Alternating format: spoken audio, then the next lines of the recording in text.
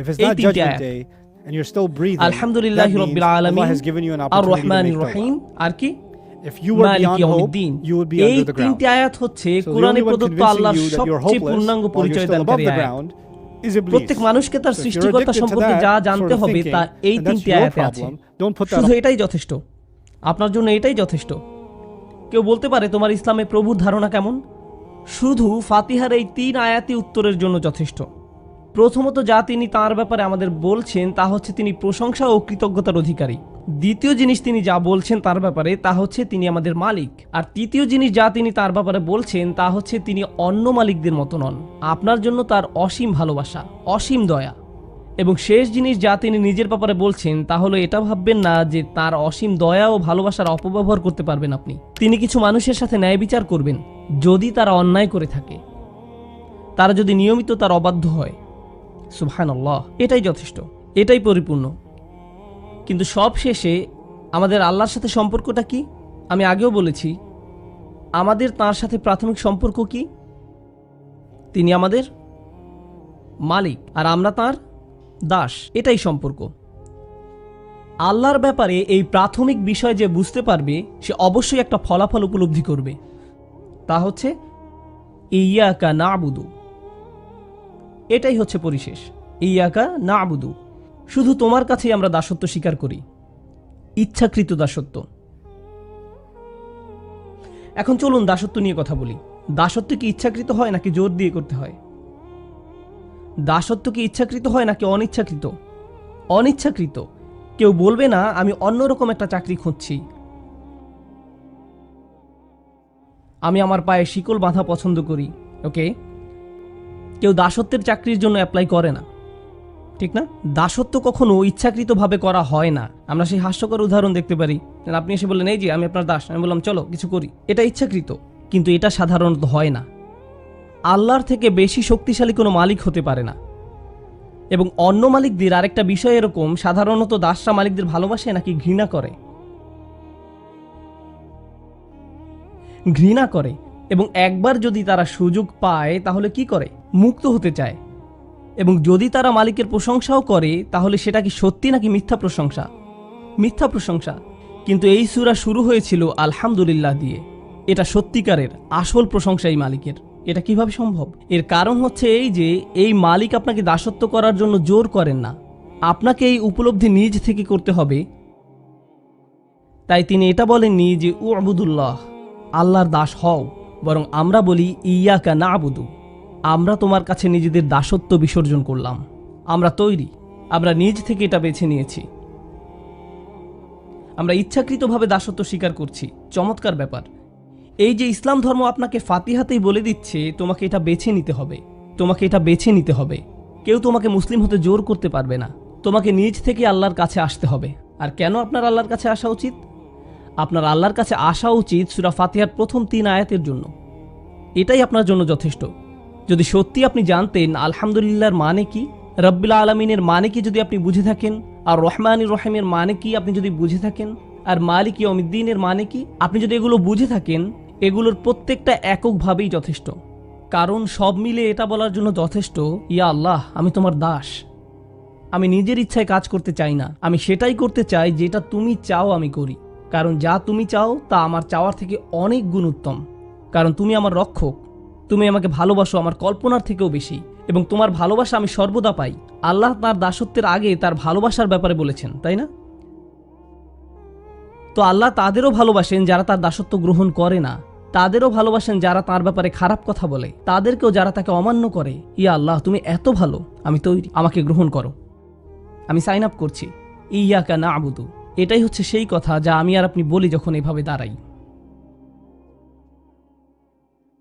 হয়তো আপনাদের মধ্যে কেউ একটা মুভি দেখছে, খারাপ মুভি,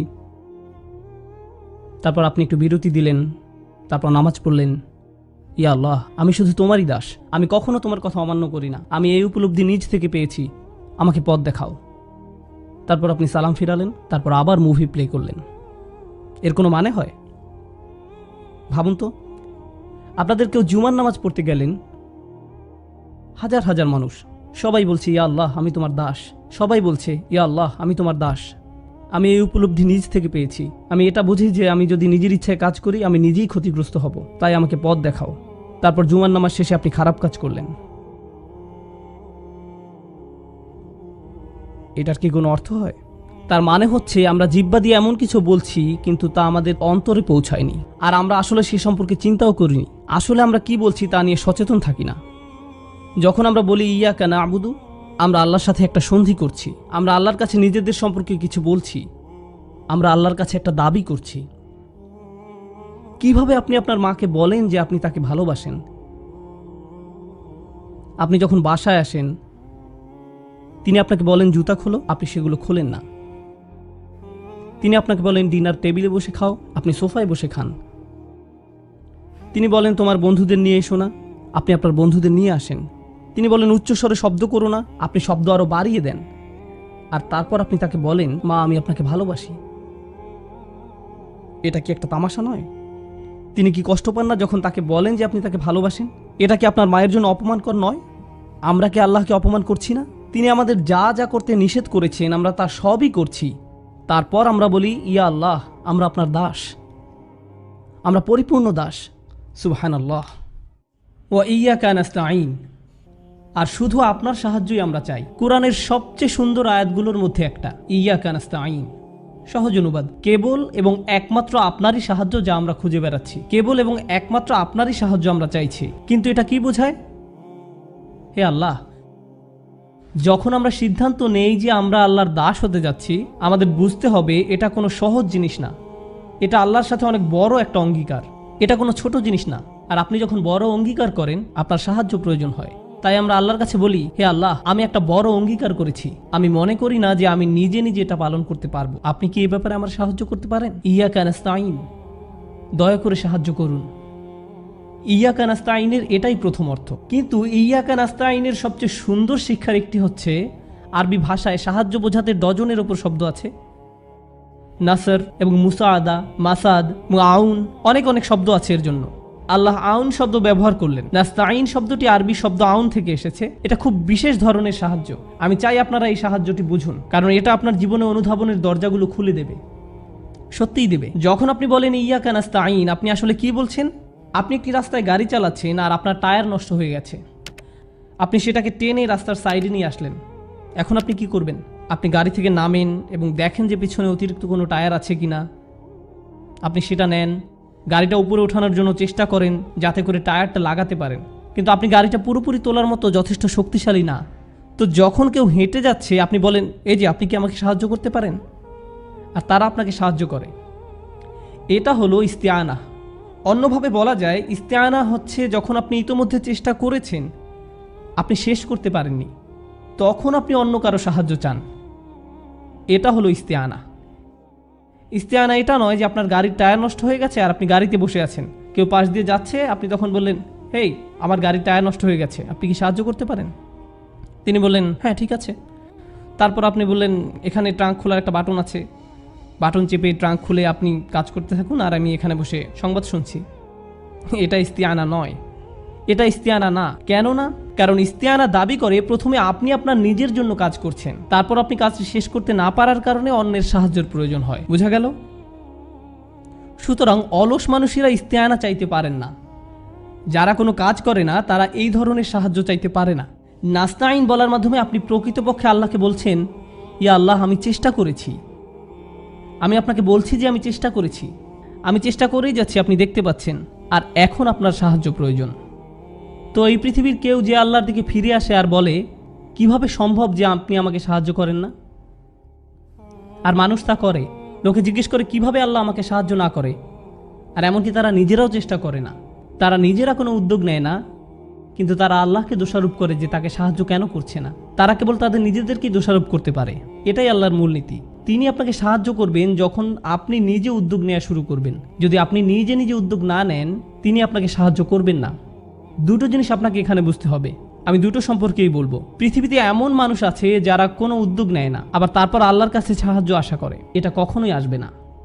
সাহাবারা ফিরিস্তাগণ দ্বারা সাহায্যপ্রাপ্ত হয়েছিলেন বদরের যুদ্ধে, আপনারা সেটা জানেন। সাহাবারা যুদ্ধে ফিরিস্তাগণ কর্তৃক সাহায্যপ্রাপ্ত হয়েছিলেন, কিন্তু সাহাবাদেরকে যুদ্ধে যেতে হয়েছিল, শত্রুপক্ষকে মোকাবেলা করতে হয়েছিল, আর তারপর ফিরিস্তাগণ এসেছিলেন। ফিরিস্তাগণ আগে থেকেই সেখানে অপেক্ষারত ছিলেন না। আমরা এখানে 3টা থেকে আছি, তোমরা কোথায় ছিলে? এটা এভাবে ঘটে না। ইব্রাহিম আলাইসাল্লামকে আগুনে নিক্ষিপ্ত হতে হয়েছিল, তারপর এটা শীতল হয়েছিল। বোঝা গেল? আপনাকে প্রথম আপনার অংশটুকু করতে হবে, যতটুকু আপনি পারেন, তারপর আল্লাহ সাহায্য আসবে। এটা নিজে নিজে আসে না। আরেকটা দিক হলো, এমন কিছু মানুষ আছে যারা ভাবে তারা নিজেরাই সব করতে পারে, তাদের আল্লাহর সাহায্য চাওয়ার দরকার নেই। আমি আমার চাকরিটি পেয়েছি কারণ আমি খুবই বুদ্ধিদীপ্ত, আমার খুব সফল একটা ব্যবসা আছে কারণ আমি খুব ভালো কিছু সিদ্ধান্ত নিয়েছিলাম, আমার একটা ভালো ডিগ্রি আছে কারণ আমি খুব চটপটে। আর আমরা ভাবা শুরু করি আমরা এটা পেয়েছি কারণ আমরা এটার যোগ্য দাবিদার, অথবা আমরা নিজেরা এটা অর্জন করেছি। ফাতিহা আমাদেরকে শিক্ষা দিচ্ছে সাফল্য তা এই জীবনে হলেও 2টো জিনিস থেকে আসে। আপনি নিজে উদ্যোগ নেবেন, তারপর আপনি অন্যের সাহায্য চাইবেন। এবার বলছি নাস্তাইন সম্পর্কে শেষ বিষয়টি। যখন আপনি কারো কাছে সাহায্য চান, এটা সবসময় নির্দিষ্ট। যদি আমি কোনো একটা পাহাড়ের গায়ে ঝুলে থাকি, হেল্প, আর কেউ হেঁটে যাচ্ছে আর আমাকে 1 বোতল পানি দিল, আমি যে সাহায্য চেয়েছিলাম তা হলো আমাকে উপরে তুলুন। এটা নির্দিষ্ট। আমি আর অন্য কোনো ধরনের সাহায্য চাইছিলাম না, আমি এই ধরনের সাহায্য চেয়েছিলাম। আপনারা বুঝতে পারছেন? আপনার যখন কলমের কালি শেষ হয়ে যায় আর আপনি বলেন আপনি কি আমাকে সাহায্য করতে পারেন, তার মানে আপনি তাদের কলম চাইছেন। কিন্তু তারা যদি আপনাকে একটা বিস্কিট দেয়, সেটা সেই সাহায্য না যা আপনি খুঁজছেন। সাহায্য সবসময় নির্দিষ্ট। এটা কি পরিষ্কার? কারণ এটা সবসময় নির্দিষ্ট। আপনাকে বলতে হবে আপনি কোন সাহায্যটি চাইছেন। কিন্তু এই আয়াতে আমরা বলি ইয়াকা নাস্তাইন, ফিমা, কিসে? আমরা আপনার সাহায্য চাই। আমরা আল্লাহকে বলি ইয়া আল্লাহ, আমরা আপনার কাছে সাহায্য চাইছি। কিন্তু কিসে আমার সাহায্য চাইছো? তুমি কি তোমার স্বাস্থ্যের বিষয়ে আমার সাহায্য চাইছো? তোমার পারিবারিক জীবনে? তুমি কি তোমার পড়াশোনায় আমার সাহায্য চাইছো? তুমি কি তোমার ধর্ম বিষয়ে আমার সাহায্য চাইছো? তুমি কি চাইছো? কেউ যখন খুব মরিয়া থাকে তখন তারা কি বলবে সেটা বুঝতে পারে না। তারা এমনকি ব্যাখ্যাও করতে পারে না তাদের কিসে সাহায্য প্রয়োজন। তখন তারা শুধু বলে সাহায্য করুন। এটা আমরা ফাতিহাতে বলি, হে আল্লাহ সাহায্য করুন। কারণ আমাদের যা যা দরকার তার সংখ্যা অনেক, এমনকি আমরা তার তালিকাও তৈরি করতে পারি না। তাই আমরা শুধু বলি ইয়াকা নাস্তাইন। সুবহানাল্লাহ। ইয়াকা না'বুদু ওয়া ইয়াকা নাস্তাইনের উপর শাইখ আশ-শারাই রাহিমাহুল্লাহর একটা সুন্দর কথা আছে, আমার খুবই প্রিয়। তিনি বলেছিলেন, সুবহানাল্লাহ, তিনি বলেছিলেন কেন আল্লাহ ইয়াকা না'বুদু প্রথমে বলেছিলেন আর কেন তিনি ইয়াকা নাস্তাইন দ্বিতীয় বললেন। কি হতো যদি তিনি এটা উল্টো করে দিতেন? কেন আপনি এটা উল্টে দিতে পারেন না, ইয়াকা নাস্তাইনু ওয়া ইয়াকা না'বুদু? তিনি বলেন 2টো কারণ আছে কেন আপনাকে এই পৃথিবীতে রাখা হয়েছে, সাহায্য চাইতে নাকি ইবাদত করতে, আল্লাহর দাসত্ব করতে। তাই আমাদের উদ্দেশ্যটা প্রথমে উল্লেখ করে নেওয়া হলো, আর আমাদের এই উদ্দেশ্য সফল করতে হলে আমাদের কি প্রয়োজন তা বলা হয়েছে দ্বিতীয়ত। কিন্তু আরেকটা আছে যেটা আরও বেশি সুন্দর জিনিস, যখন আমরা নিজেদের আল্লাহর কৃতদাসে পরিণত করি, যখন আমরা আল্লাহর ইবাদত করি, এটা আল্লাহর জন্য। যখন আমরা সাহায্য চাই, এটা কার জন্য? আমাদের জন্য। ইয়াকা না'বুদু আল্লাহর জন্য, আর ইয়াকা নাস্তাইন আমাদের জন্য। আপনি আল্লাহর জন্য যেটা চান তা আগে উল্লেখ করা উচিত, আর নিজের জন্য যেটা চান তা পরে উল্লেখ করা উচিত। এটা সুন্দর আচরণের অংশ, এটা ভালো বিনয়। ইয়াকা না'বুদু ওয়া ইয়াকা নাস্তাইন। সুবহানাল্লাহ।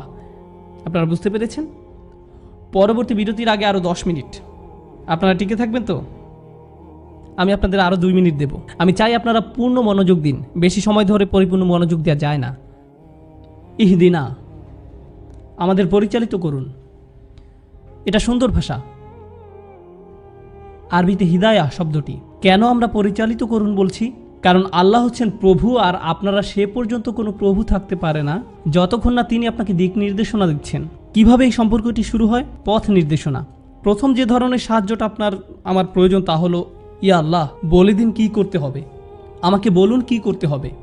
এখন আপনি যদি আল্লাহকে জিজ্ঞেস করেন কি করতে হবে, তার মানে হলো আপনি সেটা করতে প্রস্তুত, তাই না?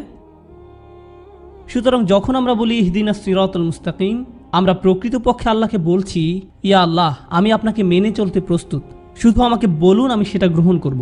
আপনার উপদেশ আমার প্রয়োজন, আর যখন আপনি আমাকে উপদেশ দেবেন আমি সেটা গ্রহণ করব। আমার কিছু বন্ধু আছে যারা আমার কাছে সব সময় উপদেশ চায়, কিন্তু তারা কখনোই সেটা অনুসরণ করে না। তুমি এটা সম্পর্কে কী ভাবো, তুমি ওটা সম্পর্কে কী ভাবো, আমার কি করা উচিত। আমি তোমাকে 4 বছর ধরে বলছি তোমার কি করা উচিত, তুমি তা করনি। আপনি এবং আমি আল্লাহর কাছে উপদেশ চাইছি, তার কাছে উপদেশ চেয়ে সেই উপদেশ মতো কাজ করা উচিত, অন্ততপক্ষে করার চেষ্টা করা উচিত। এটাই প্রথম বিষয়। দ্বিতীয়ত, হেদায়া শব্দটির সৌন্দর্য নিয়ে আরবিতে আপনি বলতে পারেন আর রুশদ, এটার মানেও পথ নির্দেশনা। আরশিদনা, আমাদের পরিচালিত করুন। ইহদিনা মানেও আমাদের পরিচালিত করুন। পার্থক্য কি তাহলে? হুদা শব্দটি আরবি হাদিয়া থেকে এসেছে। আরবিতে হাদিয়া মানে উপহার। যখন কোনো আরব মরুভূমিতে হারিয়ে যায়, তখন তার জন্য সবচেয়ে বড় কোন উপহারটি আপনি তাকে দিতে পারেন? পথ নির্দেশনা। পানি অত যথেষ্ট না, খাবারও অত ভালো কিছু না, কারণ তার মানে হচ্ছে সে আরও 2 ঘন্টা অন্তত বেঁচে থাকবে, আর সে আরও 1 দিন বেঁচে থাকবে। কিন্তু মরুভূমিতে আপনার সবচেয়ে বড় যে উপহারটি প্রয়োজন তা হলো পথ নির্দেশনা। এ কারণে তারা বেঁচে থাকা এবং পথ নির্দেশনা একসাথে যুক্ত করেছে। চূড়ান্ত উপহারটি হবে সঠিক পথের নির্দেশনা পাওয়া, বিশেষ করে মরুভূমির জীবনে। আমরা আল্লাহর কাছে চূড়ান্ত উপহার চাইছি, ইহদিনা, আমাদের পরিচালিত করুন। এমনকি আমরা এটাও বলছি না যে আমাকে পরিচালিত করুন, আমরা বলছিলাম পরিচালিত করুন আমাদের। সুতরাং প্রকৃতপক্ষে আমরা পরিবর্তিত হচ্ছি। শুরুতে সব কিছুই ব্যক্তিগত ছিল, হামদ ব্যক্তিগত, আল্লাহ আমার প্রভু ব্যক্তিগতভাবে, আল্লাহর দয়া আমার কাছে আসে ব্যক্তিগতভাবে, বিচার দিবসও ব্যক্তি সম্পর্কিত, প্রতিটি ব্যক্তি আলাদাভাবে বিচারের সম্মুখীন হবে। কিন্তু তাৎক্ষণিকভাবে আমরা পরিবর্তিত হয়ে গেলাম কিসে? ইহদিনা। কারণ এ জীবনে আপনি যদি ব্যক্তিগতভাবে আল্লাহর সাথে একটা ভালো সম্পর্ক রক্ষা করতে চান, আপনাকে একটা সম্প্রদায় হিসাবে একসাথে চাইতে হবে, আপনার সাথে অন্যান্য মানুষ থাকতে হবে। পথ নির্দেশনার জন্য আপনার অন্যান্য মানুষও দরকার। আপনি নিজে নিজে এটা করতে পারবেন না। এ কারণে এটা ইহদিনই না, এটা ইহদিনাই হতে হবে। আবার এটা ইয়া নাহদিয়াও নয়, যার মানে হতো শুধুমাত্র আমাদের পরিচালিত করুন, সেটা খারাপ হতো। ইয়া আল্লাহ, শুধুমাত্র আমাকে পথ নির্দেশনা দিন, বাকিরা সবাই জাহান্নামে যেতে পারে, কেয়ার করি না। কিন্তু প্রকৃতপক্ষে আমাদের সবাইকে পরিচালিত করুন। পথ নির্দেশনা নিয়ে আমরা আরও কিছুক্ষণ কথা বলবো, আরও একটা বিরতির আগে। এটা ইসলামের খুবই সুন্দর একটা ব্যাপার। যখন আপনি হারিয়ে যান, আপনার নির্দেশনা প্রয়োজন হয়, ঠিক? আর কেউ একজন আপনাকে বলে দেয় 3 কিলোমিটার এই দিকে, 2 কিলোমিটার ওই দিকে। আমি কিলোমিটার ব্যবহার করেছি, মাইল ব্যবহার করিনি। আমি নিজেকে নিয়ে গর্বিত। আপনি বাম দিকে যান, ডান দিকে মোড় নিন, আর আপনি পৌঁছে যাবেন। ওটাই তথ্য, তাই নয় কি? কখনো কখনো পথ নির্দেশনা শুধুই তথ্য, কিন্তু আল্লাহর পথ নির্দেশনা তথ্যের চেয়েও বেশি। আপনার কাউন্সিলরের পথ নির্দেশনা হচ্ছে তথ্য, ট্রাফিক অফিসারের পথ নির্দেশনা হচ্ছে তথ্য, জিপিএস পথ নির্দেশনা হচ্ছে তথ্য, এর সবই তথ্য। কিন্তু আল্লাহর পথ নির্দেশনা তথ্যের চেয়েও বেশি। আল্লাহর পথ নির্দেশনা প্রতিটি মুহূর্তের ব্যক্তিগত পছন্দ অপছন্দের সাথে সম্পৃক্ত। আর আমরা শুধু তথ্য চাইছি না, আমরা সেই শক্তি চাইছি যা দিয়ে আমরা সঠিক সিদ্ধান্তে উপনীত হতে পারি। দুটো ভিন্ন জিনিস। এটা শুধু তথ্য না। কখনো কখনো আমাদের কাছে সব তথ্য থাকে, তবু আমরা ভুল সিদ্ধান্ত নেই, কারণ আমাদের সেই শক্তি থাকে না, সেই ইচ্ছে, সেই প্রতিশ্রুতি, সঠিক মানসিকতা থাকে না সঠিক সিদ্ধান্ত নেবার মতো। মানুষ ভুল করে, আর আপনি বলেন তুমি কি জানো এটা ভুল? হ্যাঁ হ্যাঁ, কিন্তু আমি রেগে গিয়েছিলাম। এ কারণেই আমরা আল্লাহর কাছে পথ নির্দেশনা চাই। প্রসঙ্গত, যদি এটা শুধু তথ্য হতো, যদি পথ নির্দেশনা শুধু তথ্য হতো, কতবার আপনার তথ্য প্রয়োজন হতো? একবার। যদি আপনাকে তথ্যটা দিয়েই দেওয়া হয়, এটা আপনার জন্য আবারও চাওয়ার দরকার নেই। কতবার আমরা আল্লাহর কাছে পথ নির্দেশনা চাই? বারবার এবং বারবার এবং বারবার, মানদণ্ড অনুযায়ী। আমি পথ নির্দেশনাকে তুলনা করেছি বোঝানোর জন্য আল্লাহর কাছে পানি চাওয়ার মতো। আপনি বলতে পারেন না আমি ইতিমধ্যে গতকাল পানি পান করেছি।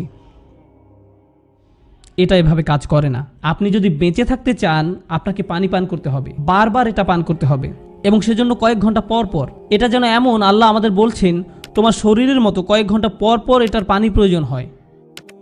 তোমার অন্তর, কয়েক ঘন্টা পর পর এটার কি প্রয়োজন হয়? পথ নির্দেশনা। আপনার আল্লাহর কাছে ফিরে আসতে হবে এবং আবার বলতে হবে ইহদিনাস সিরাতাল মুস্তাকিম। কয়েক ঘন্টার মধ্যে আপনার জ্বালানি কমে যাচ্ছে। যদি এটা শুধু তথ্য সম্পর্কের হতো, তবে এটা এভাবে পুনরায় বলতে হতো না। আর আমরা অন্য একটা জিনিস শিখছি, এটা এমন কিছু না যে আপনি জমিয়ে রাখতে পারেন, আপনার শরীরের পানির মতো। আপনি এটি জমিয়ে রাখতে পারেন না। একবার আপনি এটা পাওয়া মানে এটা আপনার হয়ে যাওয়া নয়। এটা একসময় ফুরিয়ে যায়, তারপর আবার গিয়ে আপনাকে ফিরিয়ে নিয়ে আসতে হয়, আবার শেষ হয়ে যায়, আবার আপনার এটা নিতে হয়। কেউ এটা বলতে পারে না আমার এটা আছে, আমার ইতোমধ্যে এটা আছে, আমার আর প্রয়োজন নেই, আপনি এটা করতে পারেন না। এই জন্য আমি পথ নির্দেশনার সাথে কিসের তুলনা করেছিলাম?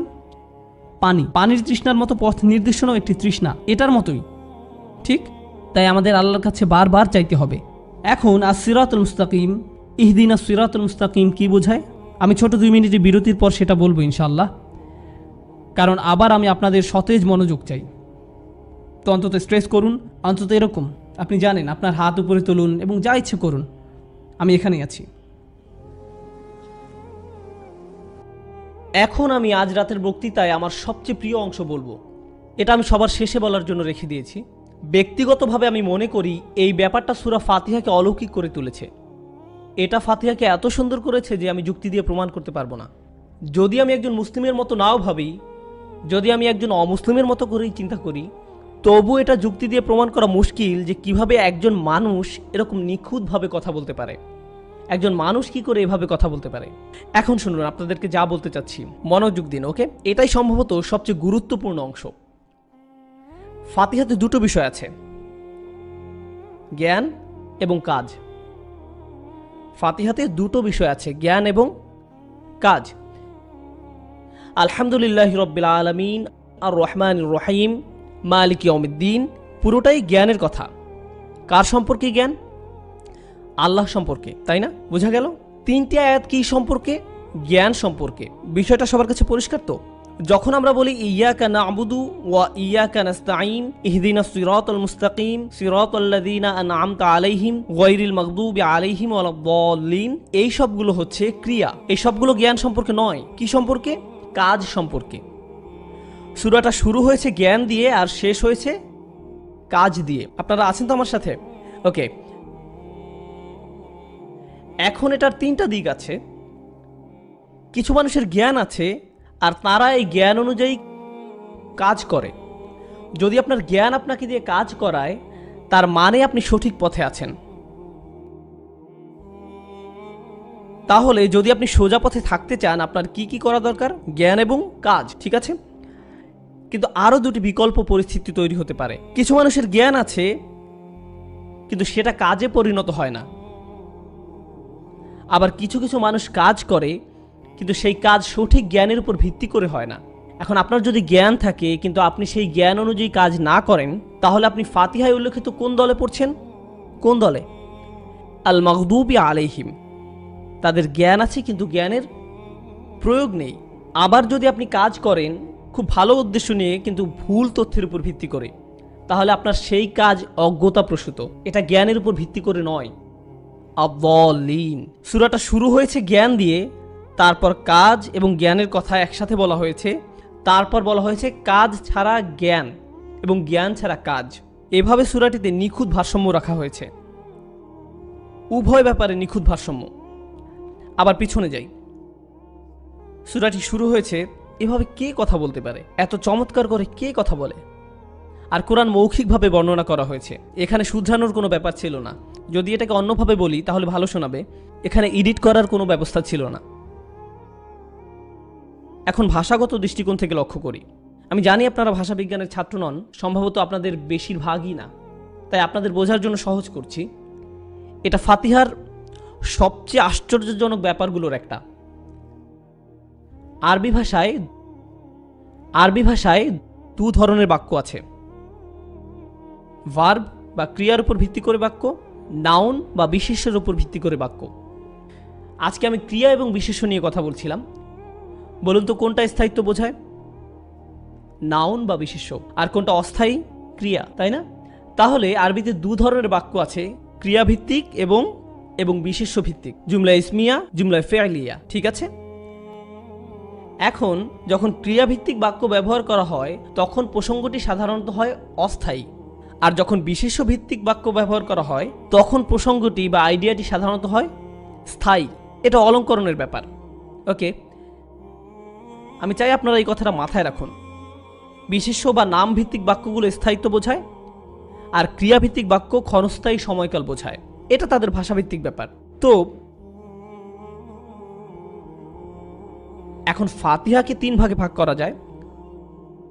প্রথম আমি বলেছিলাম ফাতিহাতে 2টো বিষয় আছে, জ্ঞান এবং কাজ। এখন আমরা এটাকে আবার 3 ভাগে ভাগ করব। প্রথম অংশ আল্লাহর ব্যাপারে। বলুন তো কোন অংশটি আল্লাহর ব্যাপারে?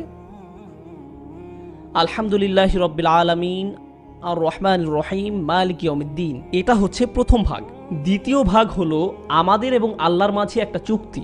চুক্তির একটা অংশ আল্লাহর ব্যাপারে আর একটা অংশ আমাদের ব্যাপারে। ইয়াকা না'বুদু ওয়া ইয়াকা নাস্তাঈন। আর তৃতীয় ভাগটা হচ্ছে আমাদের ব্যাপারে। আমরা একটা জিনিস চাই। এটা কোন ভাগ? ইহদিনাস সিরাতাল মুস্তাকিম সিরাতাল্লাযীনা আন'আমতা আলাইহিম গায়রিল মাগদুবি আলাইহিম ওয়ালাদ-দাল্লিন। তিন ভাগ। প্রথম ভাগ আল্লাহ সম্পর্কে, দ্বিতীয় ভাগ আল্লাহর এবং আমাদের মাঝে চুক্তির ব্যাপারে, তৃতীয় ভাগ হলো আল্লাহর কাছে আমাদের প্রার্থনা। ভাষা বিজ্ঞানের দিক থেকে যদি দেখি, এটা একটা অবিশ্বাস্য ব্যাপার। প্রথম ভাগ হচ্ছে বিশেষ্য ভিত্তিক বাক্য, জুমলা ইসমিয়া। এখন বলুন, বিশেষ্য ভিত্তিক বাক্যের ব্যাপারে আপনারা কি জানেন? এখানে আল্লাহর ব্যাপারে বলা হচ্ছে, তাই এখানে বিশেষ্য ভিত্তিক বাক্যই প্রয়োজন, কারণ বিশেষ্য ভিত্তিক বাক্য হচ্ছে স্থায়ী এবং আল্লাহও স্থায়ী। তৃতীয় ভাগটি কি সম্পর্কে ছিল? তৃতীয় ভাগ কার ব্যাপারে? দ্বিতীয় ভাগ নয়, তৃতীয় ভাগ আমাদের সম্পর্কে। তাই এটা ক্রিয়াভিত্তিক বাক্য, জুমলায় ফেলিয়া। আর ক্রিয়াভিত্তিক বাক্য ভাষা বিজ্ঞান অনুযায়ী কিরকম হয়? অস্থায়ী। ঠিক একইভাবে আমরাও অস্থায়ী। এবার কি বাকি থাকলো? আমি কি বাদ দিয়ে গিয়েছি? প্রথম এবং তৃতীয় ভাগ সম্পর্কে কথা বলেছি, কোন ভাগের ব্যাপারে বলিনি? দ্বিতীয় ভাগ। এখন দ্বিতীয় ভাগটি আশ্চর্যজনক। বিশেষ্য ভিত্তিক বাক্য শুরু হয় বিশেষ্য দিয়ে, আর ক্রিয়াভিত্তিক বাক্য শুরু হয় ক্রিয়া দিয়ে। আর কখনো কখনো আরবরা অদ্ভুত একটা কাজ করে, তারা ক্রিয়াভিত্তিক বাক্য তৈরি করে যা বিশেষ্য দিয়ে শুরু হয়। যখন কোনো ক্রিয়াভিত্তিক বাক্য তথা জুমলায় ফেলিয়া বিশেষ্য বা ইসিম দিয়ে শুরু হয়, সেই বাক্যকে মিশ্রিত বাক্য বলে। আরবি ব্যাকরণের ভাষায় একে বলা হয় মাফউল বিহি মুকদ্দাম। যাই হোক, মধ্যবর্তী বাক্যটি আসলে বিশেষ্য বা ইসিম দিয়ে শুরু হওয়া একটা ক্রিয়াভিত্তিক বাক্য। এটা দুই ধরনের বাক্যের মিশ্রণ, কারণ মধ্যবর্তী বাক্যটির একটা অংশ হচ্ছে আল্লাহর জন্য, আরেকটা অংশ আমাদের জন্য। ফাতিহার প্রথম অংশ বিশেষ্য ভিত্তিক, কারণ এটা আল্লাহর ব্যাপার। মাঝখানের অংশ মিশ্রিত, কারণ এই অংশে আল্লাহ এবং আমাদের জন্য। আর শেষের অংশটি ক্রিয়াভিত্তিক, কারণ এটা আমাদের সম্পর্কে। এমনকি ভাষা তত্ত্ব অনুযায়ীও এটা নিখুঁত, একেবারে নিখুঁত। আপনি কোনো অংশ নাড়াতে পারবেন না। আমি আপনাদের নিকট ফাতিহার ভাষাগত দিক নিয়ে কথা বলছি, আবার এর মাঝে আলোচিত বিভিন্ন প্রসঙ্গের বিষয় ভিত্তিক আলোচনা করেছি। এটাই ফাতিহার ভারসাম্য। চলুন পিছনে ফিরে যাই। ফাতিহা, আপনি যদি এর পরিপূর্ণতা সম্পর্কে জানতে চান, এর পরিপূর্ণতা আসে ভারসাম্য থেকে। এটা বিষয়গুলোকে ভারসাম্য দান করে। এটা জ্ঞানের মূলভাবের সাথে কাজের মূলভাবের ভারসাম্য প্রদান করে। এখন আমরা অন্য একটা বিষয় শিখতে যাচ্ছি। এটা প্রকৃতপক্ষেই একটা নিখুঁত ব্যাপার। যখন কোনো কিছু ভারসাম্যপূর্ণ থাকে, তার মানে হচ্ছে এটা মাঝখান থেকে ঝুলে আছে। সুতরাং আপনি যদি মাঝখানে একটা কিছু রাখেন, তাহলে অর্ধেক একদিকে থাকবে আর বাকি অর্ধেক আরেক দিকে থাকবে। তো কোন আয়াতটি মাঝখানে আছে? কৌশলী প্রশ্ন। ইয়াকা না'বুদু ওয়া ইয়াকা নাস্তাঈন। ঠিক আছে, এখন ইয়াকা না'বুদু ওয়া ইয়াকা নাস্তাঈন এই আয়াতের ভেতরেই কয়টি অংশ আছে? দুইটি অংশ। প্রথম অংশটি কি? ইয়াকা না'বুদু। দ্বিতীয় অংশটি কি? ওয়া ইয়াকা নাস্তাঈন। এখন লক্ষ্য করুন, ইয়াকা না'বুদু হলো প্রথম অংশের উপসংহার। ইয়াকা না'বুদু প্রথম অংশের উপসংহার। এর দ্বারা আমি কি বোঝাতে চাচ্ছি? আপনি যদি আলহামদুলিল্লাহ রাব্বিল আলামিন আর রহমান আর রহিম মালিক ইয়াউমিদ্দিন সম্পর্কে জেনে থাকেন, তাহলে আপনি কোন উপসংহার পাবেন? ইয়াকা না'বুদু উপসংহার। এটাই আপনার উপসংহার। আমি আল্লাহর দাস হতে চাই, চিনি তাই তার দাস হতে চাই। এখন আয়াতটির দ্বিতীয় অংশ কি? ওয়া ইয়াকা নাস্তাঈন। আল্লাহর নিকট থেকে চূড়ান্ত পর্যায়ে কোন সাহায্যটি আপনি চান? চূড়ান্ত কোন সাহায্যটি আপনি আল্লাহর থেকে পান? তা হচ্ছে তার দেখানো পথ। ওয়া ইয়াকা নাস্তাঈন হলো দ্বিতীয় অংশের সূচনা। ইয়াকা না'বুদু হলো প্রথম অংশের উপসংহার, আর ওয়া ইয়াকা নাস্তাঈন হলো দ্বিতীয় অংশের সূচনা। মধ্যবর্তী আয়াতের বিবেচনায় এই সূরাটি একদম নিখুঁতভাবে ভারসাম্যপূর্ণ। এটা অবিশ্বাস্য, সত্যি বিস্ময়কর।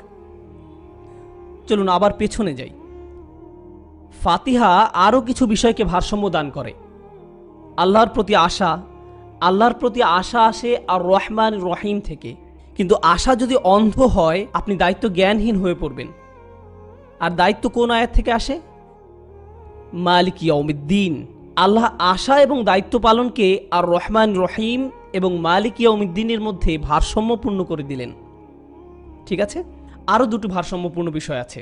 আপনি যদি শুধু প্রশংসা করেন, এটা আসল প্রশংসা নাও হতে পারে। আবার আপনি যদি শুধু কৃতজ্ঞতা প্রকাশ করেন, তাতে প্রশংসা অন্তর্ভুক্ত নাও হতে পারে।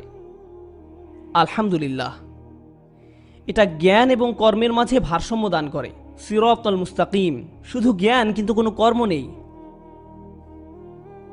আল মাগদুবি আলাইহিম, শুধু কর্ম আছে কিন্তু জ্ঞান নেই। আদ-দাল্লিন, এই সূরাটির সবকিছুই ভারসাম্যপূর্ণ। একদম শুরুর দিকে তাকান, শুরুটা বলছে রাব্বিল আলামিন, পৃথিবীর সব মানুষ, পৃথিবীর সব জাতি। আর সূরা শেষে এসে আল্লাহ বললেন গোটা আলামিনের মধ্যে শুধু 3 ধরনের মানুষ আছে। এই আলামিন হবে হয় সিরাতুল মুস্তাকিমের অনুসারীরা, যাদের উপর আল্লাহ নিয়ামত বর্ষণ করেছেন, অথবা তারা হবে আল মাগদুবি আলাইহিম, অথবা হবে আদ-দাল্লিন। পৃথিবীর সব মানুষই এই 3 শ্রেণীর কোনো একটিতে পড়ে যায়। পৃথিবীর প্রত্যেকটি মানুষ আল আলামিনের অন্তর্ভুক্ত, যার মানে হলো হয় তারা আল্লাযীনা আনআমতা আলাইহিম, যাদেরকে আল্লাহ নিয়ামত দান করেছেন, অথবা যারা আল্লাহর ক্রোধের শিকার হয়, অথবা যারা এখন বিভ্রান্ত এবং পথভ্রষ্ট। এগুলো হচ্ছে শুধুমাত্র 3টি শ্রেণী। এটাই শেষের দিকে এসে এভাবে আল আলামিনের বর্ণনা দেয়া হয়েছে। ফাতিহা শুরু হয়েছিল একটা ব্যক্তিগত সম্পর্কের বর্ণনা দিয়ে। আলহামদুলিল্লাহ, হামদ কি দলগতভাবে করা হয় নাকি এটা অন্তরে অনুভব করা হয়? এটা অন্তরে অনুভব করা হয়। এমনকি এই প্রশংসা যদি আপনারা দলগতভাবেও করেন, আল্লাহ এই প্রশংসার ব্যাপারটা কি দলগতভাবে বিচার করবেন নাকি একজন একজন করে? একজন একজন করে। আল্লাহ আমাদের রব ব্যক্তিগতভাবে। এটা কি একটা ব্যক্তিগত সম্পর্ক যে আল্লাহ আমাদের রব? হ্যাঁ, এটা একটা ব্যক্তিগত সম্পর্ক। আল্লাহ রহমান আর রহিম, এটা কি ব্যক্তিগত না দলগত? এটা অবশ্যই একান্ত ব্যক্তিগত। এটা অবশ্যই একান্ত ব্যক্তিগত। আল্লাহ বিচার দিবসে আমাদেরকে কি ব্যক্তিগতভাবে নাকি দলগতভাবে বিচার করবেন? কুল্লুহুম আতিহি ইয়াউমাল কিয়ামাতি ফারদা, প্রত্যেকেই কিয়ামতের দিন আল্লাহর কাছে আসবে, একজন মানুষ একবারে। সূরা ফাতিহার শুরু সবকিছু ছিল ব্যক্তিগত, আর যখন আপনি শেষে আসবেন দেখবেন এটা সমষ্টিগতভাবে ভারসাম্যপূর্ণ। ইয়াকা নাবুদু ওয়া ইয়াকা নাস্তাঈন ইহদিনাস সিরাতাল মুস্তাকিম। কোরআন নিজেই পরিপূর্ণ ভারসাম্যপূর্ণ। ফাতিহা হলো প্রথম সূরা। শেষ সূরাটি কি? সমগ্র কোরআনের সর্বশেষ সূরাটি কোনটি? সূরা নাস। কুল আউযু বিরাব্বিন নাস মালিকিন নাস। ফাতিহা একটা ইতিবাচক শব্দ দিয়ে শুরু হয়েছে। এটা শুরু হয়েছে আল হামদ দিয়ে, যা একটা ইতিবাচক শব্দ। আর সূরাতুন নাস শুরু হয়েছে কুল আউযু দিয়ে, যা একটা নেতিবাচক শব্দ, আশ্রয় চাওয়া। পজিটিভ শক্তি বৃদ্ধি, নেগেটিভ শক্তি বৃদ্ধি। ফাতিহা শুরু হয়েছিল একটি বিশেষ্য পদ দিয়ে, আর সূরা নাস শুরু হয়েছে একটি ক্রিয়াপদ দিয়ে। ফাতিহার প্রার্থনা সমষ্টিগত, নাবুদু, নাস্তাঈন, ইহদিনা। আর সূরা নাস এক বচন, কুল আউযু, আমি আশ্রয় চাই, আমরা আশ্রয় চাই নয়। এটাই হচ্ছে স্বাতন্ত্র্য বৈশিষ্ট্য। ফাতিহা বলে 2 ধরনের দল আছে যাদের অন্তর্ভুক্ত হওয়া তোমার উচিত নয়। 2 ধরনের দল আছে যাদের থেকে তোমার দূরে থাকা উচিত। সেই 2 শ্রেণীর দলভুক্ত কারা? তারা হলো আল মাগদুবি আলাইহিম এবং আদ-দাল্লিন। এগুলো হলো দল। এবার আপনি যদি সূরা নাসে ফিরে যান তাহলে দেখবেন এখানেও 2 ধরনের খারাপ প্রভাবের কথা বলা হয়েছে, কিন্তু সেগুলো ব্যক্তিগত খারাপ প্রভাব। আল্লাযী ইউওয়াসউইসু ফি সুদুরিন নাস মিনাল জিন্নাতি ওয়ান নাস, জিন এবং মানুষ থেকে। সুবহানাল্লাহ। এখন এক মিনিট। কুল আউযু বি, শেষ করুন। কুল আউযু বি রব্বিন নাস আলহামদুলিল্লাহি রব্বিল আলামিন। রব্বিন নাস, রব্বিল আলামিন। তিনি বলেন মালিকিন নাস, মালিকিন নাস। ফাতিহাতে আমরা কি পড়ি? মালিক ইয়াউমিদ্দিন। তিনি বলেন ইলাহিন নাস, আর প্রসঙ্গত ইলাহ মানে আপনি যার ইবাদত করেন। আর সূরা ফাতিহাতে আমরা কি বলি? ইয়াকা নাবুদু, আমরা আপনার ইবাদত করি। পুরো ব্যাপারটাই ভারসাম্যপূর্ণ। এটাই ফাতিহা। এটাই ফাতিহা। ফাতিহা নিজেই যথেষ্ট। শেষ একটা জিনিস আমি শেয়ার করছি, আর কোনো বিরতি না, সরি। আমার শুধু 10 মিনিট সময় দরকার শেষ এই বিষয়টার জন্য। এটাই ফাতিহা সম্পর্কিত শেষ বিষয় যা আমি আপনাদের সাথে শেয়ার করছি। এই ভারসাম্যগুলো সবগুলোই আমার কাছে অবিশ্বাস্য, কিন্তু এই শেষটি এটা সবগুলোর উপরে, এটা সবগুলোর উপরে।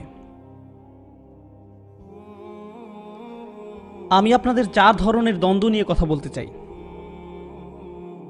4 ধরনের দ্বন্দ্ব আছে, 4 ধরনের যুদ্ধ, 4 ধরনের লড়াই এবং দ্বন্দ্ব। প্রথম দ্বন্দ্বটি আমার শরীর আর আত্মার মধ্যে। আমার অন্তর যা আল্লাহর দিকে ফিরতে চায়, আর সে অন্তর যা দুনিয়ার জিনিস চায়। আমার ভিতরে একটা যুদ্ধ আছে। আপনার ভেতরেও একটা যুদ্ধ আছে।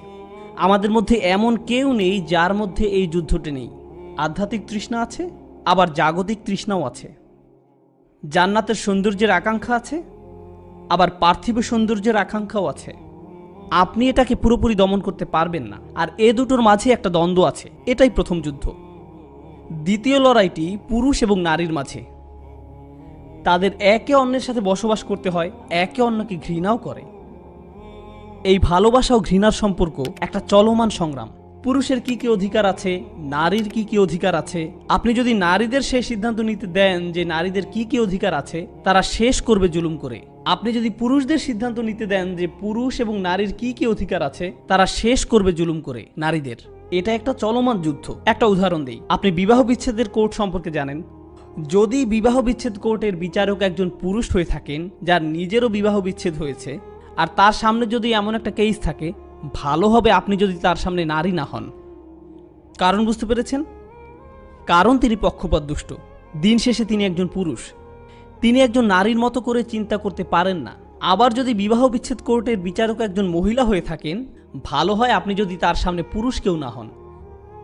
বোঝা গেল? আমরা নিজেরা যা তা থেকে বের হতে পারি না, আমরা আমাদের পরিপ্রেক্ষিতের মধ্যে সীমাবদ্ধ। সুতরাং এখানে একটা দ্বন্দ্ব আছে, পুরুষের অধিকার ও দায়িত্বের মধ্যে এবং নারীর অধিকার ও দায়িত্বের মধ্যে একটা সামাজিক দ্বন্দ্ব আছে। এটা দ্বিতীয় দ্বন্দ্ব। প্রথম দ্বন্দ্বটি কি ছিল? দেহ এবং আত্মা। দ্বিতীয় দ্বন্দ্ব পুরুষ এবং নারী। তৃতীয় দ্বন্দ্ব পুঁজি এবং শ্রমের মধ্যে। তৃতীয় দ্বন্দ্বটি হচ্ছে মনিব এবং কর্মচারীর মধ্যে। মনিব বলেন তোমার বেশি কাজ করা উচিত এবং তোমার কম বেতন পাওয়া উচিত। কর্মচারী বলে আমার কম কাজ করা উচিত এবং আমার বেতন পাওয়া উচিত বেশি। তারা বিপরীত জিনিস চায়। মনিব বলেন তোমার বেশি সময় কাজে থাকা উচিত এবং কম সময় কাজ বন্ধ রাখা উচিত। কর্মচারী বলে আমার বেশিরভাগ সময় কাজ বন্ধ রাখা উচিত আর কম সময় কাজ করা উচিত। তারা বিপরীতমুখী এবং চলমান একটা সংগ্রাম। এ কারণে আপনাদের শ্রম অধিকার আছে, এ কারণে আপনাদের ন্যূনতম বেতন আছে, এ কারণে আপনাদের সংঘ আছে। আপনাদের এই জিনিসগুলো পৃথিবীতে আছে কারণ একটা দ্বন্দ্ব আছে পুঁজি এবং শ্রমের মধ্যে। প্রথম দ্বন্দ্বটি কি ছিল? দেহ এবং আত্মা। দ্বিতীয় দ্বন্দ্ব পুরুষ এবং মহিলা। তৃতীয় দ্বন্দ্ব মনিব এবং কর্মচারী। শেষ দ্বন্দ্ব সরকার এবং জনগণ। এটা ব্যাপার না যে আপনি কোথায় আছেন, সরকার আপনার কাছে আরও কর চাইবে, আরও কর্তৃত্ব চাইবে, আরও নিয়ন্ত্রণ চাইবে, আর জনগণ চাইবে আরও স্বাধীনতা। আপনি যদি সরকারকেই সব সিদ্ধান্ত নিতে দেন, সেটা স্বৈরতন্ত্র হয়ে যাবে। আর যদি আপনি জনগণকে সব সিদ্ধান্ত নিতে দেন, এটা একটা বিশৃঙ্খলা হয়ে যাবে। এখানে একটা ভারসাম্য থাকতে হবে, ভারসাম্য আনতে হবে।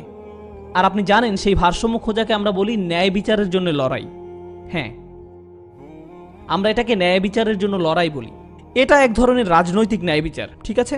সরকার এবং জনগণের মাঝে ভারসাম্য খোঁজা, মনিব এবং কর্মচারীর মাঝে ভারসাম্য খোঁজা, পুরুষ এবং নারীর মাঝে ভারসাম্য খোঁজা। এখন বিষয়টা হলো এসব দ্বন্দ্বে কে সিদ্ধান্ত নেবে যে কোনটা ন্যায্য? এটাই শেষ চমক ফাতিহার শেষ নির্দেশনা। দিন শেষে একজন মানুষ হয় পুরুষ হবে নয়তো নারী। তার মানে তারা হয় পুরুষের মতো করে চিন্তা করবে অথবা নারীদের মতো। দিন শেষে একজন মানুষ হয় মনিব হবে নয়তো একজন কর্মচারী। সুতরাং তারা হয় একজন মনিবের মতো ভাবতে পারে অথবা ভাবতে পারে একজন কর্মচারীর মতো। দিন শেষে কেউ হয় সরকারের প্রতিনিধি হবে নতুবা প্রতিনিধি হবে জনগণের পরিপ্রেক্ষিতে। আপনার একই সাথে দুটো প্রেক্ষাপট থাকতে পারে না, এটা সম্ভব না। সুতরাং দেখা যাচ্ছে এই দ্বন্দ্ব কখনো শেষ হবার নয়, এই লড়াই কখনো শেষ হবার মতো নয়। আল্লাহ আজ্জা ওয়া জাল্লা আমাদের এই চিরন্তন বিষয়গুলোর উত্তর দিয়েছেন। আর প্রসঙ্গত আমাদের ভেতরে কখনো আপনার দেহ জয়ী হবে, কখনো আপনার আত্মা জয়ী হবে, কারণ আমরা বস্তুবাদী মানুষে পরিণত হয়েছি। আমরা আমাদের আত্মার চাহিদাগুলো পিষে ফেলেছি। আবার কিছু মানুষ বলছে না, আমাদের আধ্যাত্মিক মানুষ হওয়া উচিত, আর তারা হয়ে যায় অতিরিক্ত আধ্যাত্মিক। তারা ভালো করে খাওয়া বন্ধ করে দেয় এবং তারা অদ্ভুত রকমের হয়ে যায়। তারা ভাবে এটাই আধ্যাত্মিকতা। আপনার একটা ভারসাম্য খুঁজে পেতে হবে আধ্যাত্মিকতা এবং পৃথিবীতে বসবাস করার মধ্যে। আপনি কিভাবে সেই ভারসাম্য খুঁজে পাবেন? আল্লাহ আজ্জা ওয়া জাল্লা এই সূরাতে বলছেন একটা বাক্যে, এটাই ভারসাম্য, ইহদিনাস সিরাতাল মুস্তাকিম, আমাদেরকে সোজা পথে পরিচালনা করুন। এটা পুরুষের দিকেও ঝুঁকেনি, আবার এটা নারীর দিকেও ঝুঁকেনি। এটা অতিমাত্রায় আত্মার দিকেও ঝুঁকেনি, আবার এটা অতিমাত্রায় দেহের দিকেও ঝুঁকেনি। এটা অতিমাত্রায় পুঁজির দিকেও না, আবার এটা অতিমাত্রায় শ্রমের দিকেও না। আমাদেরকে মধ্যবর্তী পথটা দেখান যাতে আমরা একটা সুখী জীবনযাপন করতে পারি। আমাদের সেটা দেখান। সুবহানাল্লাহ। কারণ আল্লাহ সৃষ্টি করেছেন আমার দেহ, আবার তিনি সৃষ্টি করেছেন আমার আত্মা। আর তিনি যা সৃষ্টি করেছেন তার উভয়ের প্রতিই তিনি যত্নবান। তিনি একটাকে বা অন্যটাকে ঘৃণা করেন না, তিনি দুটোরই তত্ত্বাবধায়ক। তিনি সৃষ্টি করেছেন পুরুষ, আবার সৃষ্টি করেছেন নারী। তিনি সৃষ্টি করেছেন সরকার, আবার তিনি সৃষ্টি করেছেন জনগণ। তিনি উভয়ের প্রতিই যত্নবান। আর তিনিই একমাত্র একজন যিনি আমাদের ভারসাম্য দিতে পারেন। মানবতা এই ভারসাম্যটাই খুঁজে বেড়াচ্ছে। এই লড়াইটাই আমরা খুঁজে বের করার চেষ্টা করছি। সুবহানাল্লাহ। আমি জানি সময় মোটামুটি শেষ, কিন্তু ঠিক আছে, শেষ একটা। আমি আপনাদের সাথে আল মাগদুবি আলাইহিম ওয়ালাদ-দাল্লিন নিয়ে আরেকবার কথা বলতে চাই। আপনারা জানেন কোরআনে কিছু ইহুদিদের নিয়ে সমালোচনা করা হয়েছে। কিছু ইহুদি, সব ইহুদি না। কিছু ইহুদি, তা হচ্ছে তারা এতই বুদ্ধিমান ছিল যে তাদের অন্তর কঠিন হয়ে গিয়েছিল। তারা ছিল শুধুমাত্র, তারা তাদের ধর্মটাকে এমনভাবে দেখত যেন এটা একটা অধ্যয়নের এবং পুঁথিগত বিষয়, মোটেও আধ্যাত্মিকতার বিষয় ছিল না। তাদের অন্তর কঠিন হয়ে গিয়েছিল। আরেকদিকে খ্রিস্টানদের অনেক আধ্যাত্মিক মানুষ হিসাবে বর্ণনা করা হয়েছে যাদের অন্তর নরম। তাদের অন্তর নরম, কিন্তু তাদের সমস্যাটা ছিল জ্ঞানের অভাব। কুরআন অনুযায়ী তারা বইয়ের দিকে সেভাবে তাকায়ও না যেভাবে তাদের উচিত ছিল। তাদের যেসব প্রশ্ন জিজ্ঞেস করা উচিত ছিল সেগুলো তারা জিজ্ঞেস করতো না। অনেক পণ্ডিত মানুষ আছেন যারা এতই পণ্ডিত যে তারা তাদের আধ্যাত্মিকতা হারিয়ে ফেলে। আবার কিছু মানুষ এমন আছে তারা এতই আধ্যাত্মিক যে তাদের বুদ্ধিমত্তা হারিয়ে ফেলে। দুটোই সমস্যা। এই দুটো সমস্যা কি মুসলিম উম্মায় ঘটবে? আপনারা কি এমন মানুষ পাবেন যারা অনেক শেখে এবং তারা অনেক জানে, কিন্তু তারা আধ্যাত্মিকভাবে নিঃস্ব? আবার আমাদের মধ্যে এমন মানুষ থাকবে যারা আধ্যাত্মিকতার ব্যাপারে খুবই সচেতন, কিন্তু দিন সম্পর্কে কিছুই জানে না। নিশ্চিত আপনি জ্ঞান বুদ্ধিমত্তার বিকাশ এবং আধ্যাত্মিকতার মধ্যে একটা দ্বন্দ্ব খুঁজে পাবেন। ফাতিহা আমাদের জ্ঞান এবং আবেগের মধ্যে ভারসাম্য করে দেয়। মনে আছে আমি আপনাদের বলেছিলাম আলহামদুলিল্লাহ, এটা বুদ্ধিমত্তাগত, এটা তথ্যমূলক, আবার একই সাথে আবেগপূর্ণ।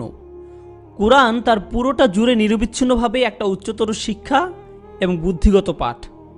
আবার একই সাথে এটা উচ্চতর কি? আধ্যাত্মিক পাঠ।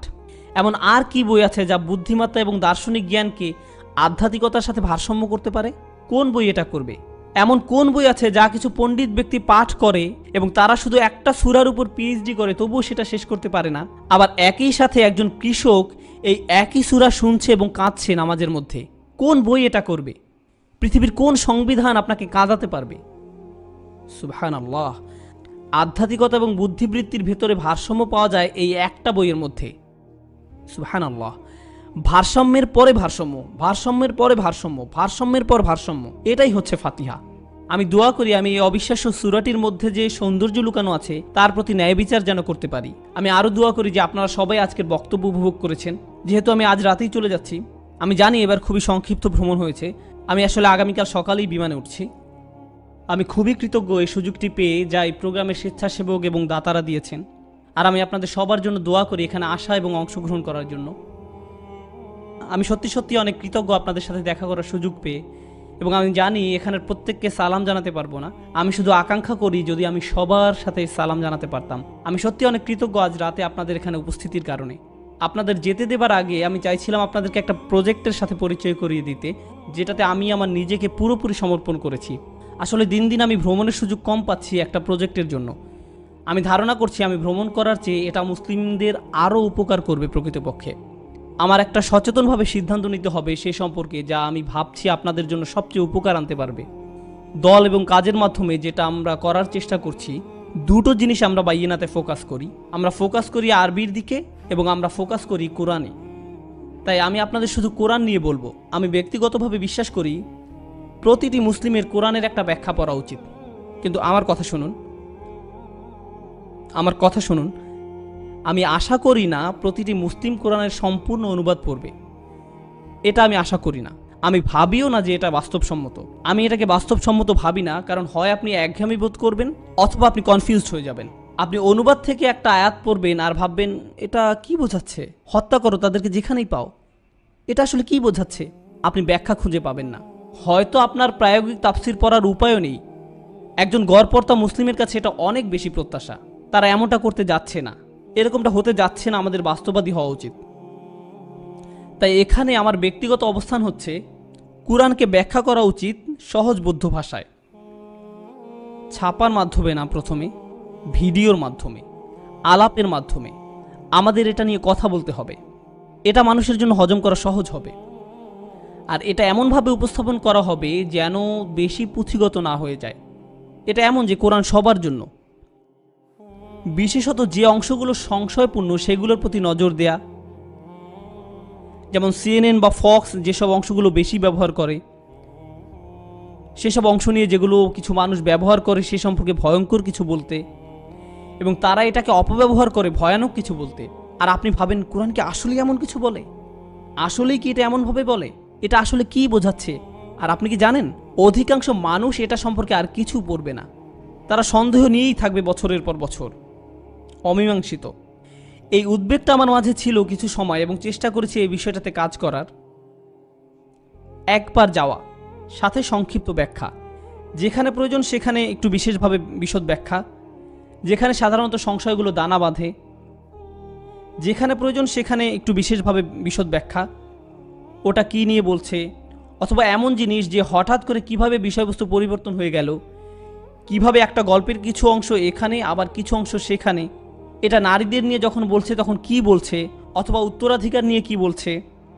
এসব প্রশ্ন হরহামেশাই মানুষের মনে আসে, কিন্তু আমি চেয়েছিলাম সমগ্র কোরআনের একটা উৎস সহজলভ্য করে দিতে, যাতে সাধারণ মুসলিম কোনো তাড়াহুড়া নেই, তারা কেবল 10 মিনিট, 15 মিনিট, 20 মিনিট শুনলেন একদিনে, হয়তোবা একদিন পর একদিন, এবং তারা অনেকটা ধীর গতিতে কোরআনের মধ্য দিয়ে যাবেন, এবং এটা অনেকটা জীবনব্যাপী প্রক্রিয়া। সুতরাং আপনি এটার মধ্যে দিয়ে একবার গেলেন, এটার মধ্যে দিয়ে আরেক সময় গেলেন যখন আপনি সময় পান। আর আলহামদুলিল্লাহ এই প্রজেক্টটা সমাপ্তিতে এসেছে। সমগ্র কোরআনের জন্য রেকর্ডিং করা হয়েছে আলহামদুলিল্লাহ, কভার টু কভার প্রজেক্ট টেক্সাসে। আর এগুলো ইতিমধ্যেই অনলাইনে দেওয়া হয়েছে। এখন এটা ইউটিউব থেকে ভিন্ন ভিন্ন কারণে ইউটিউবে এখানে কিছুটা, এখানে টুকরো অংশ, এখানে টুকরো অংশ, সেখানে, কিন্তু এটা ধারাবাহিকভাবে সাজানো না। ঠিক, আমি চেয়েছিলাম এটা একটা সাজানো লাইব্রেরির মতো হোক, যাতে এটা আপনাদের জন্য অনেকটা আরামদায়ক হয়, অথবা আপনারা মোবাইল ডিভাইসে শিক্ষণীয় উৎস হিসাবে থাকে। আমি আসলে চাইছিলাম এটাই হোক। এই প্রজেক্টের পরে আমি আপনাদের দুটো মাত্র প্রজেক্টের সাথে পরিচয় করিয়ে দেব, যদিও আরও অনেক আছে। তো এটা ছিল একটা প্রজেক্ট। দ্বিতীয় প্রজেক্টটা ছিল, আমি অনুভব করেছিলাম কিছু কিছু নির্দিষ্ট থিম আছে, কিছু নির্দিষ্ট বিষয় আছে যা সম্পর্কে মুসলিমদের জানা উচিত। উদাহরণস্বরূপ, এই পৃথিবীটা এখন অশ্লীল ছবি দিয়ে ভরে যাচ্ছে। এই পৃথিবী ভরে যাচ্ছে অশ্লীল ভিডিও এবং ছবিতে, অনলাইনে, টিভিতে, ছাপা কাগজে, ইত্যাদি ইত্যাদি। আমরা এত ছেয়ে আছি, আমাদের বাচ্চারা এত ছেয়ে আছে, এটা অপ্রতিরোধ্য, এটা সেখানে আছেই। আমরা এর সাথে কীরকম আচরণ করি? এটা আমাদের হায়ার সমস্যা, আমাদের লজ্জাবোধের সমস্যা, শোভনতার সমস্যা। কুরআনের কি এই বিষয়ে কিছু বলার আছে? আর যদি থেকেই থাকে তবে এর কি বলার আছে? আর আমি শুধু একটা হিজাব পরার কথা বলছি না, আমি বলছি লজ্জা এবং লজ্জাশীলতা কোরআনের একটা বড় বিষয়। আর আল্লাহ এটা সম্পর্কে বলেছেন পর্দার বিধান চালু হবার আগেই। রসুল সাল্লাল্লাহু আলাইহি সাল্লাম তার মিশন শুরু করার 16 বছর পরে পর্দার বিধান চালু হয়েছে, কিন্তু আল্লাহ লজ্জাশীলতা সম্পর্কে বলা শুরু করেছিলেন প্রথম বা দ্বিতীয় বছর থেকেই। সুতরাং এটা পোশাক পরিচ্ছদের চেয়ে অনেক বড় বিষয়। সুতরাং আমি চেয়েছিলাম কোরআনের প্রধান থিমগত অধ্যয়নকে বিশ্লেষণ করতে। আমি ব্যক্তিগতভাবে ভাবি, উদাহরণস্বরূপ অজস্র মা বাবা আছে, তারা তাদের সন্তানকে বড় করতে অনেক ঝামেলা পোহাচ্ছেন, যোগাযোগের সমস্যা, রাগ নিয়ন্ত্রণ, ভাই বোনদের মধ্যে দ্বন্দ্ব। কোরআনে কি এইসব বিষয়ে কোনো উপদেশ আছে? কোরআনের প্রেক্ষাপট থেকে মাতৃত্ব এবং পিতৃত্ব সম্পর্কে কি বলা হয়? আমরা যদি এই বইয়ে বিশ্বাস করে থাকি, তাহলে আমরা এটাও বিশ্বাস করি যে এর মধ্যে সমাধানও আছে। আমাদের বন্ধুত্ব সম্পর্কে পথ নির্দেশনা দেবেন তিনি, আমাদের ব্যবসায়িক বিষয়ে পথ নির্দেশনা দিবেন, আমাদের জীবনে প্রয়োজন তেমন সব বিষয়ে তিনি আমাদের পথ নির্দেশনা দিবেন। তাই এই উদ্দেশ্যের জন্য আমাদের এই বইয়ের কাছে আসা উচিত। এ পর্যন্ত আমি শুধুমাত্র দুটো করেছি, আরও আসছে। তো লজ্জা আর পিতৃত্ব মাতৃত্ব নিয়ে করা শেষ, আর সেগুলো অনলাইনে প্রকাশও করা হয়েছে। আমি এগুলো সবগুলো একটা জায়গায় রাখতে চাই, যাতে এটা আপনাদের জন্য সুবিধাজনক জ্ঞানের উৎসে পরিণত হয় ইনশাআল্লাহ তাআলা। আর এই উৎসটা হচ্ছে বাইয়েনা টিভি। আর আমি আশা করছি যে আজ রাতে ইনশাআল্লাহ তাআলা আপনারা এটা চেক করবেন। আমি বলতে চাইছি, আমি হয়তো বছরে একবার আসতে পারি, বেশি হলে বছরে দুবার, তবে এটা ভালো, এটা সবচেয়ে ভালো ঘটনার চিত্রনাট্য, ঠিক। কিন্তু আমি চাই আপনাদের সাথে আমার একটা সম্পর্ক হোক, এবং আমার সাথে আপনাদের সম্পর্ক হোক কোরআনের শিক্ষার উপর ভিত্তি করে, আপনার সুবিধা মতো পুরো বছর জুড়ে। এটাই আমি প্রকৃতপক্ষে পেতে পছন্দ করব। আর আমি চাইবো প্রতিটা পরিবারেই এমন ধরনের সুযোগ থাকুক। ইনশাআল্লাহ কেউ একজন এগিয়ে আসবে এবং এর চেয়ে ভালো কিছু করবে, কিন্তু সেটা না ঘটা পর্যন্ত আপনাদের আমার সাথে ডিল করতে হবে। আজ রাতে এটা আপনারা চেক করবেন। এটা হলো bayyena.tv। এটার জন্য ইউআরএল বাইয়েনা এবং বাইয়েনা। মানুষ জানে না কিভাবে বাইয়েনা বানান করতে হয়। আমি আপনাদের জন্য এটা বানান করছি। এটা হলো BAYYINAH.TV। এখানে এই জিনিসগুলো আছে। তো আমি আশা করছি আপনারা এটা চেক করবেন। আপনারা আমার যে ক্লিপটি দেখছিলেন সেটা আসলে তৃতীয় প্রজেক্টে ছিল। আমি আমার মেয়েকে আরবি পড়াই দিনে 15 মিনিট করে, আর সে কোনো সুপার জিনিয়াস না। তাই সে যদি এটা করতে পারে আপনিও পারবেন। আমি এটা রেকর্ড করি, আমি এটা বাসায় রেকর্ড করি, আমি তাকে শিক্ষা দেই, সে ভুল করে আমি তার কান টানি এবং সব ধরনের মজার জিনিস তার সাথে করি এবং সে শেখে আলহামদুলিল্লাহ। কিন্তু আসল বিষয় হচ্ছে আপনি যদি পরবর্তীতে আরবি শিখতে চান আপনি সেটা থেকে শুরু করতে পারবেন আপনার নিজস্ব সময়ে। এই কারিকুলামটা আমি আমার পূর্ণাঙ্গ সময় ছাত্রদের জন্য ব্যবহার করি এবং আমি আমার 10 বছর বয়সী মেয়ের উপরও ব্যবহার করছি। তো ইনশাআল্লাহ তাআলা আপনি ওটার সুবিধা নিন, bayyena.tv। আমি আপনাদের অনেক অনেক ধন্যবাদ জানাই আজ রাতে আপনাদের এখানে সম্মানীয় উপস্থিতির জন্য। আমি জানি যে আপনাদের সবার সাথে সাক্ষাৎ করার সুযোগ পাবো না, কিন্তু যদি সুযোগ নাও পাই আমার বিনীত সাদর সম্ভাষণ এবং সালাম আপনাদের জন্য, আপনাদের পরিবারের জন্য আমার পক্ষ থেকে এবং আমার দলের পক্ষ থেকে। আমি জানি কারণ আমরা ভ্রমণ করছি নিজেরা। আপনাদের সবার কাছে চাইবো শুধু আমাদের জন্যই দোয়া করবেন না, আমাদের পরিবারের জন্যও দোয়া করবেন যারা এই মুহূর্তে আমাদের মিস করছে, আমাদের বাচ্চারা, আমাদের মা বাবা সবাই। যেহেতু আমরা ভ্রমণে ফিরে যাব, আমরা আপনাদের সমাজের জন্য অনেক অনেক দোয়া করব যাতে সিঙ্গাপুরে আপনারা মুসলিম হিসাবে বিকশিত হতে পারেন এবং যাতে আপনাদের সচেতনতা, জ্ঞান ও দ্বীনের চর্চা তৈরি হয় এবং যাতে আপনাদের সমাজ আরও বেশি একতাবদ্ধ হতে পারে এবং এমন একটা স্থানে পরিণত হয় যেখানে পরিবারগুলো সত্যিকারের অর্থেই ইসলামের ভালোবাসা খুঁজে পায়। দিন শেষে বলার মতো কথা আমার এটাই, আমরা যদি আমাদের পরিবারকে ইসলামের ভালোবাসা দিতে পারি তাহলে আমরা একটা সমাজ হিসাবে সঠিক কাজ করছি। তো ইনশাআল্লাহ তাআলা আমি দোয়া করি আল্লাহ যেন আপনাদের সবার তা করেন। অনেক অনেক ধন্যবাদ আজ রাতে আমাকে শোনার জন্য। বারাকাল্লাহু লি ওয়া লাকুম। আসসালামু আলাইকুম ওয়া রাহমাতুল্লাহি তাআলা ওয়া বারাকাতুহু।